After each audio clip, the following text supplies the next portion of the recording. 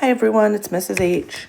I'm just going to go over our notes for today so that we don't fall behind, and then you'll have some time to start on your homework. So I'll put some details in our stream in Google Classroom, okay? All right, so today we're going to talk a little bit more about functions. Hopefully you remember from the previous video about what a function is. I'll just remind you a little bit. So my favorite is our birthday function. And our birthday function, you input your name and out comes your birthday. And when we do this, we're not playing any tricks. We're not talking about, two different people, both named Kelly Hogaboam or something like that. And so I put in my name, out comes my birthday. I put in my daughter Evelyn's name, out comes her birthday. I put in my daughter Olivia's name, and out comes her birthday. And as you probably know, my girls are twins, and so they have the same birthday. What this is, though, is a function, because every input, whoops, I labeled this wrong. Every input has only one answer, right? If I ask you your birthday, you don't have to sit there and think about it and say, well, is it this one or this one? There's one answer for everybody for your birthday. So a function is some sort of relation. Remember, a relation is just when you have some sort of input, some sort of output. We often think about them with x and y's. And a function is a relation where every input has exactly one output. So one and only one output, right? There's only one answer when I ask you your birthday. But in math, this also makes sense, because if I ask you what's the answer when x is equal to 3, I want us to be able to go around the room and all have the exact same answer. And so we're going to mostly deal with functions, but it's good to be able to tell if something is a function or not. And so let's look at some examples and say why they are or why they're not. Our first example here, number 1, this is a yes. This is a yes because I'm going to look at the input, my x values. If I ask you what's the output when x is 2, every single person is going to tell me 3. If I ask you what's the input when x is 6, every single person is going to pair up that 6 with the ordered pair, and they're going to tell me -2. This 4 is like Evelyn and Olivia having the same birthday. Sure, they both can have an output of -2, but what's important is when I say, hey, what's the answer for 4, do we all get the same answer? And likewise for 1. Now, if you're looking ahead, that means that number 2 here is a no. And what are we looking at here when we're saying no? We're looking at this input of 3 and this input of 3. The first, maybe half the class, when I say, hey, what's the y value when you input x is 3, half of us are going to look at the first ordered pair and say 5. The other half are going to look at the second ordered pair and say 2. That can't happen. We all want to be looking at the same point, have the exact same answer, and so this one is not a function. It is still a relation, it's just not a function. For number 3 here, we just have our relation written in a different way. It's written in a table now instead. But this one is also a yes, because again, I'm looking when I input -3, or when I input 3, or when I input 4, or when I input -5, do we all say the same answer? Or another way to say this is I'm looking for repeats in my x. I don't want any repeats in my input, because that would mean that we might have those 2 values like in number 2. Number 4, if you're looking at it, number 4 is again a no. But the reason that 4 is a no is because of this 3. Some of us are going to say, hey, the output is -7. Some of us are going to say the output is 10. Because we don't agree, because we get 2 different answers, this is a no. All right, next we're going to talk about how So far we looked with ordered pairs, and we looked with tables and mappings. We want to be able to look at our last two, which is graphs and equations, and we want to be able to tell if it's a function or not. So we're going to start with graphs. First of all, there's two words here, and I'm going to star these off because I'm not going to test you on these words. They're good to know, but I'm going to write down what they are. I'm going to actually start with the second one. A continuous function. Well, first of all, it is a function, and then it is where you can draw your graph without picking up your pencil.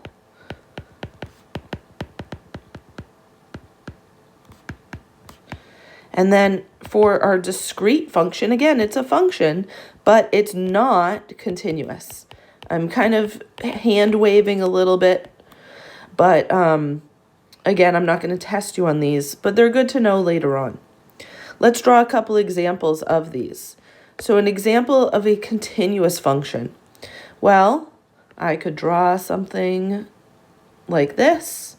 I didn't pick up my pencil. It goes on forever. I'm going to assume that the arrows at the ends mean that it goes on like this forever. For a discrete function, I have a couple of examples for you. My first example is just 3 ordered pairs. That we've seen a bunch. I have to pick up my pencil to draw each of those, and so that is a discrete function. You can have a discrete function where it's something like this, and my graph just has kind of a cut in the middle. And that I have to pick up my pencil to draw the 2 different halves. We could also have something like this, where we have a line, except I just punch out one tiny little point on that line.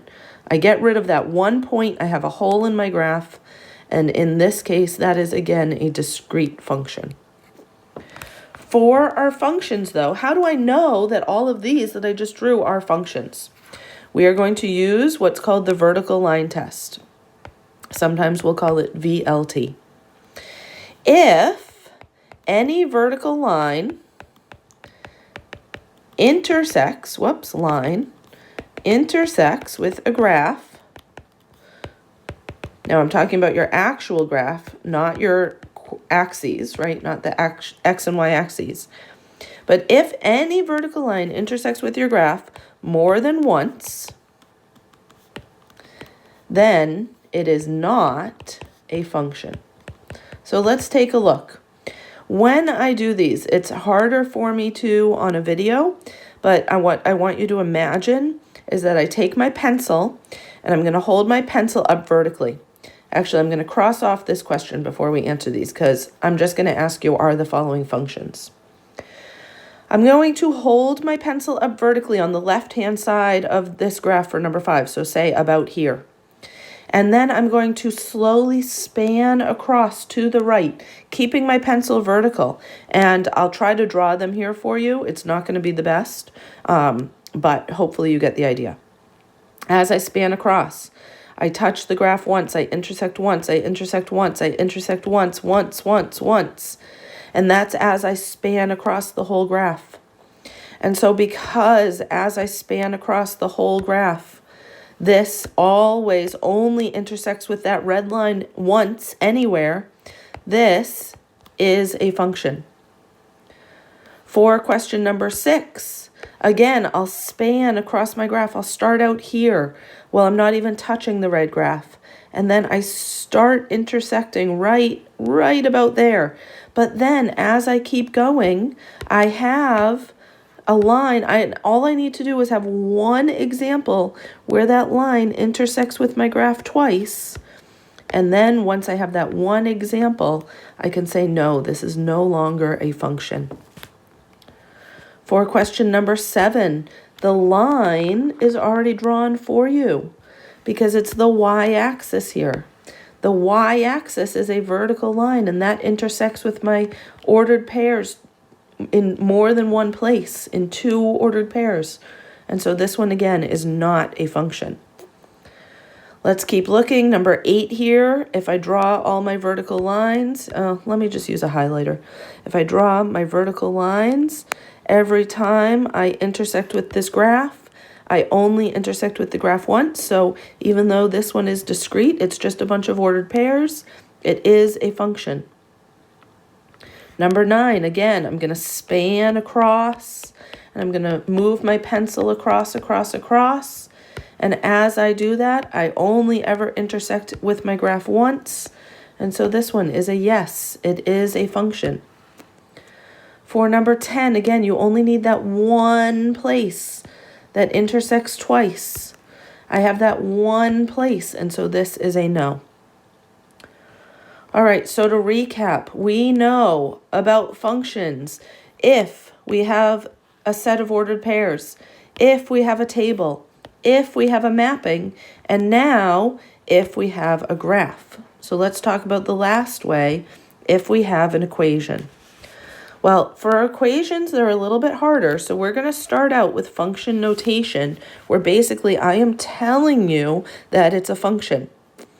I'm going to have some equation where y equals, I don't know, let's say 3x squared minus 1. And what I'm going to do is I'm going to tell you, you know what? I know a lot about this function. I have already graphed it. I know what it looks like. I did the vertical line test and it passes. And so I want to tell you that this is a function. What we're going to do is we are going to replace y, and we are going to replace it with f of x. It is grouped together. This f of x thing, you can't separate.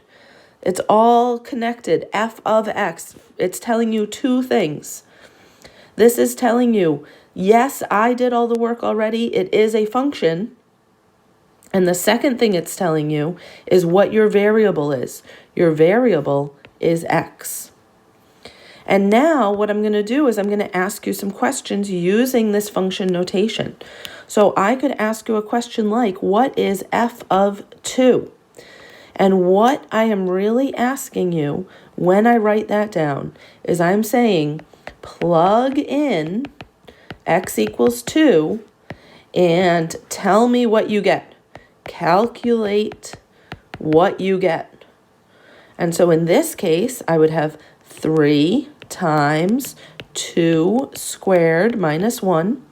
I have to follow my order of operations, so we're back to chapter 1. I have 3 times 4 minus 1. That's going to give me 12 minus 1. So my answer to f of 2 would be 11. Let's do a few more of those together, and then you can try the last couple on your own. I've given you 3 different equations here. I gave you f of x, I gave you g of x, and I gave you h of x. I use different letters to distinguish between the 3 of them.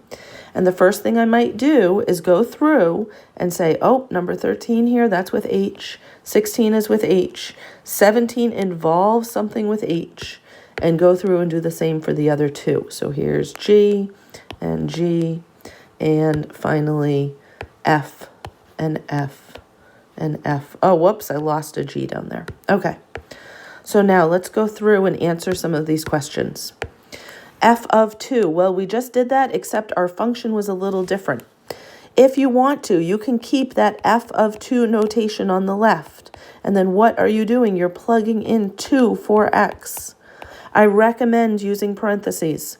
And now you've just got to follow your order of operations. We get 4 minus 5, and that gives us -1, and our answer is just that -1. If I plug in on 14, something like -4, I have f of -4. That's equal to 2 times -4 minus 5. That's going to be -8 minus 5. So my answer to number 14 is -13. Let's go and look at these couple orange ones. G of 3. Well, what am I going to do is I'm going to plug in 3 instead of x. And then I just have to evaluate. So we're back to chapter 1. You got to remember about fractions, about order of operations, all of that. We have 1/2 times 3. So I'm going to write 3 as 3 over 1. And then I'm adding 2 to that. So I have 3 over 2 plus 2 over 1. I need a common denominator. That's going to be 3 over 2 plus 4 over 2. And so my answer here is going to be 7/2. For number 15, it works out a little bit nicer. I have 1/2 times x, which is now 8, plus 2. I know 1/2 of 8, that's 4. 4 plus 2 gives me my answer of 6. Now, sometimes you're going to want to really make sure that you are being careful. And so for h here, especially, I'm going to plug in with parentheses. When I plug in 4, I'm going to have x squared minus x plus 1, and I'm going to plug in 4. I have to follow my order of operations. I have to square 4 first, so 4 times 4, and then I'm minusing 4, and then plus 1. And so I get 12 plus 1, and so my answer here is 13. It comes out a little different for number 16, though. I have x squared minus x plus 1, but now instead of x, I'm going to plug in -5. It's so easy to make mistakes if you are careless with your signs here. This -5 times -5 gives me positive 25. Minus -5 becomes plus, and now I add my 3 numbers together and I get 31. Number 17, you have 3 different calculations to do. Whoops, I did my colors wrong here. You need to find each of these things first. I recommend finding them individually and then adding your answers together. F of 2, I already know, that was number 11, so I have -1 plus. In orange, I need to do g of 6, so I'm going to have 1/2 times 6 plus 2. That's going to give me 3 plus 2, so I'm going to add 5. In green, I've got to plug in -2, so I'm going to have x squared minus x plus 1. I'm going to plug in -2. That gives me positive 4 plus 2 plus 1, so that gives me -7. So -1 plus 5 minus 7. I've got to combine those all together, and when I combine them all together, I get -3. Last problem, and then you can try your homework, is you are allowed to just plug in some new expression. So here, I want my f equation. I want 2x minus 5. But instead of x, I'm going to plug in what it says inside here. I'm going to plug in 5y. I get 2 times 5y minus 5. The only thing I can do is multiply 2 times 5 times y and get 10y minus 5, and that's it. I cannot combine these because they are not like terms. All right, I hope that was clear.